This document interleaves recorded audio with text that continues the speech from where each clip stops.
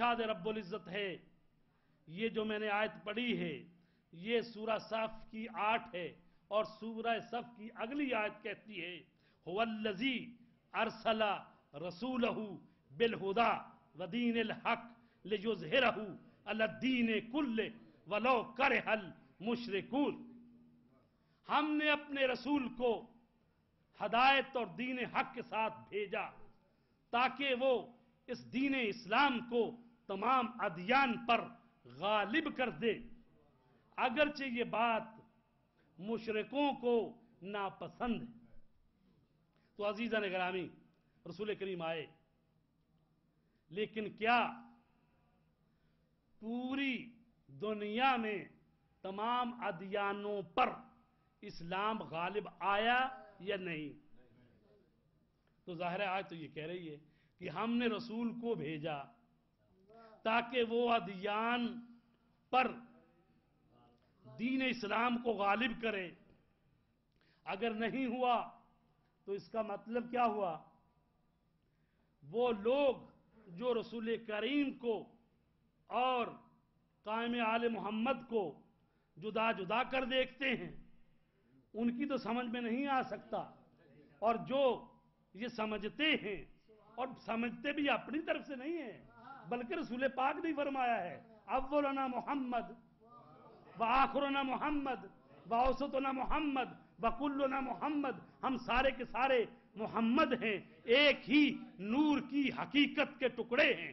تو اب جب کہا گیا میرے رسول کو کہ ہم نے اسے بھیجا تاکہ تمام ادیان پر دین اسلام کو غالب کرے، تو اب اسی نور کا آخری ٹکڑا آئے گا اور تمام ادیان پر دین اسلام کو غالب کرے گا۔ اب یہاں پر مفسرین میں یہ بحث ہے کہ غلبے سے کیا مراد ہے؟ بعض نے یہ کہا کہ غلبے سے یہ مراد ہے کہ غلبہ نسبی و موضوعی ہے، یعنی اسلام جو ہے وہ جزیرۃ العرب میں غالب آ جائے گا۔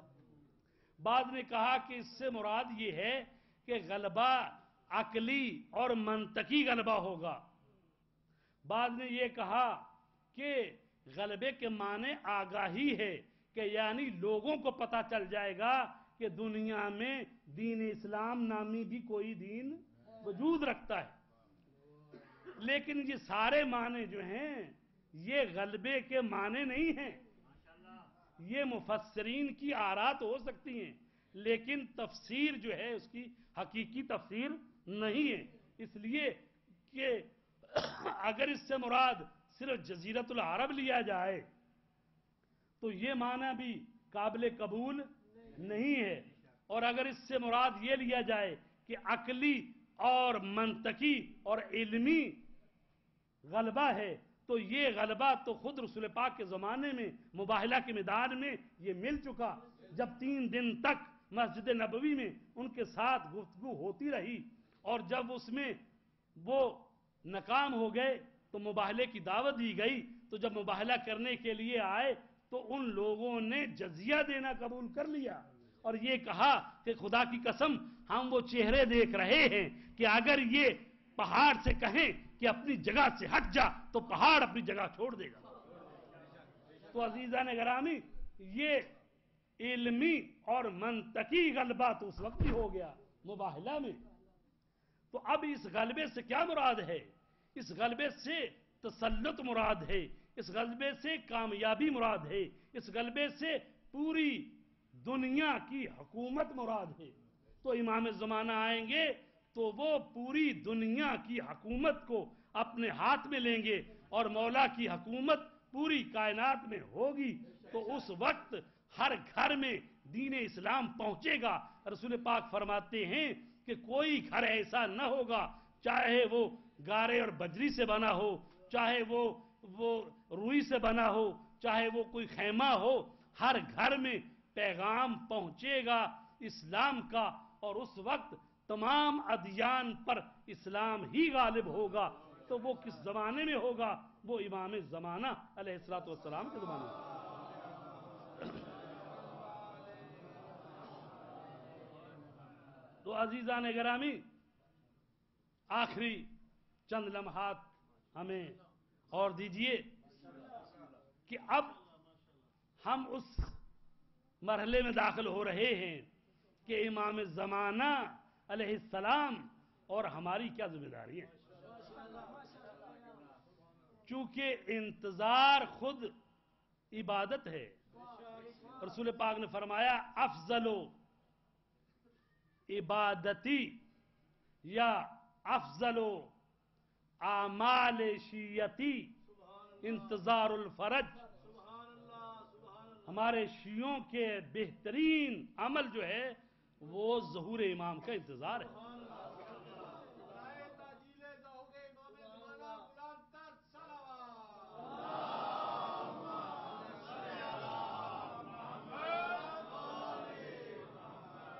ایک دوسری حدیث میں فرمایا افضل اعمال امتی انتظار الفرج.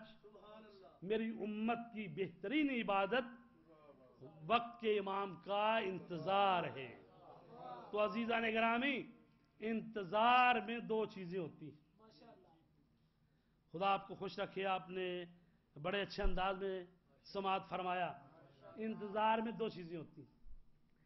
ایک یہ کہ جو موجودہ حالت ہے انسان اس سے خوش نہیں ہے, اور ایک آئندہ کی امید ہے. مثلا کسی کا جوان بیٹا, اکلوتا بیٹا بیمار ہو, خدا نخواستہ ہسپتال میں ہو, تو وہ اس انتظار میں ہے کہ یہ موجودہ حالت ختم ہو اور میرا بچہ جو ہے وہ صحت یاب. موجودہ حالت پر وہ خوش نہیں ہے اور آئندہ کے لیے امیدوار ہے. تو انتظار جو ہے دو قسم کا ہے. ایک انتظار منفی ہے اور ایک انتظار مثبت ہے. انتظار منفی کیا ہے؟ انتظار منفی یہ ہے, یہ بھی کچھ لوگوں نے فلسفہ یہ بنایا ہوا ہے, کیونکہ کہا گیا ہے کہ آخری امام آئیں گے, وہ دنیا کو اس طرح عدل و عدالت سے بھر دیں گے جس طرح یہ ظلم و جور سے بھر چکی ہوگی. تو ان کا نظریہ یہ ہے, وہ یہ کہتے ہیں کہ دنیا کو ظلم و جور سے بھرنے دو. ان کا کیا نظریہ ہے؟ وہ کہتے ہیں نہ خود کوئی اچھا کام کرو نہ دوسروں کو کرنے دو, دنیا کو ظلم و جور سے بھرو. تو لہذا ظلم سے یہ بھرے دنیا اور امام تشریف لائے. یہ ان کا فلسفہ ہے, اور اس کو کہتے ہیں منفی انتظار. چونکہ اگر یہ انتظار ہو تو اس کا مطلب ہے تمام انبیاء کی بعثت کا مقصد ہی ختم ہو جائے.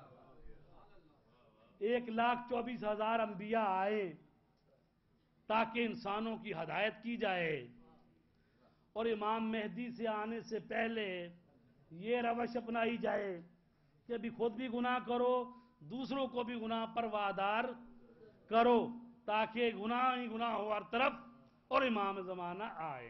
یہ انہوں نے طریقہ سوچا ہے بعض لوگوں نے جو فکر یہ رکھتے ہیں. اس کو کہتے ہیں منفی انتظار. ایک ہے مثبت انتظار. مثبت انتظار کون سا ہوتا ہے؟ وہ یہ ہوتا ہے کہ جب آپ نے کسی محترم شخصیت کو دعوت دی ہوئی ہے, وہ آپ کے ہاں مہمان ہونے والی ہے شخصیت, تو انتظار کرنے والے جو ہوتے ہیں اس کے پوری طرح تمام انتظام کر کے اس کو لینے جاتے ہیں جہاں سے لینا ہو, چاہے ایئرپورٹ ہو یا کوئی اور جگہ. اس کے راستے میں قالین بچھائے جاتے ہیں, پھول اس پر پھینکے جاتے ہیں, راستے ہموار کیے جاتے ہیں, اپنی حالت ٹھیک کی جاتی ہے, گھر بار کی حالت ٹھیک کی جاتی ہے, نئے صفحے سیٹ بچھائے جاتے ہیں. یہ تو منحصر ہے کہ شخصیت کتنی بلند ہے. اور اگر شخصیت ہو وہ کہ جس کا انتظار 1,24,000 انبیاء نے بھی کیا, اور جس کا انتظار محمد مصطفیٰ نے بھی کیا, جس کا انتظار علی مرتضیٰ نے بھی کیا, اور جس کا انتظار امام حسین نے کربلا میں بھی کیا, وہ ہستی آنے والی ہے. تو اس کے آنے سے پہلے عزیزان گرامی مثبت انتظار یہ ہے کہ لفظوں کی حد تک نہ کہا جائے العجل العجل، اے امام زمانہ تشریف لائیے تشریف لائیے، یہ کہہ کر ثواب تو اس کا ملتا ہے، جشن پڑھنے سے ثواب تو ملتا ہے، ان کا ذکر عبادت ہے، شاعری کرنے سے ثواب ملتا ہے، جو اشعار مولا کو پسند آ جائیں اس پر مہر لگتی ہے اور ادھر سے تائید ہوتی ہے، تو لہذا عبادت ہے یہ۔ لیکن کیا صرف اشعاروں سے نعروں سے کوئی قوم کسی منزل تک پہنچی ہے؟ اب صاحبان فکر ہیں، خدا نے آج تک اس قوم کی حالت نہیں بدلی، نہ ہو خیال جس کو آپ اپنی حالت کے بدلنے کا۔ ان اللہ لا یغیر ما بقوم حتی یغیروا ما بانفسہم، خدا کسی قوم کی حالت نہیں بدلتا جب تک وہ خود بدلنے پر تیار نہ ہو۔ امام کا جب انتظار کر رہے ہیں تو ہمیں ان کا شیعہ کیسا ہونا چاہیے؟ امام جعفر صادق کے پاس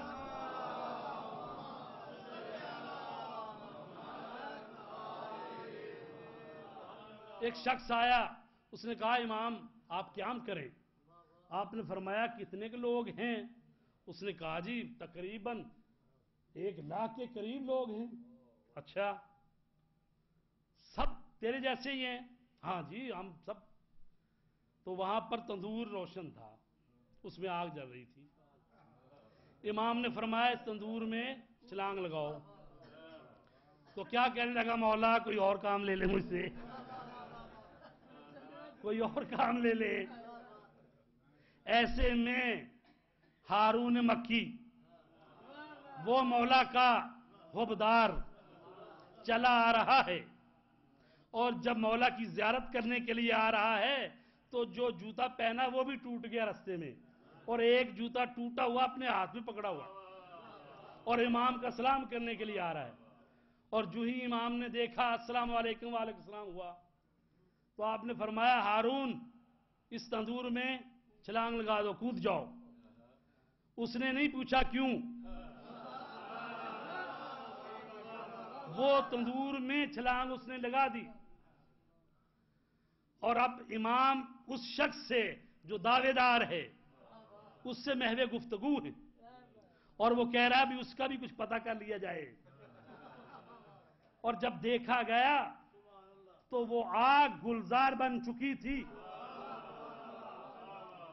ادھر ابراہیم کے لیے اللہ نے آگ کو گلزار بنایا، یا نار کونی بردن و سلامن علی ابراہیم، یہ حجت خدا ہے جو اپنے ایک ماننے والے کے لیے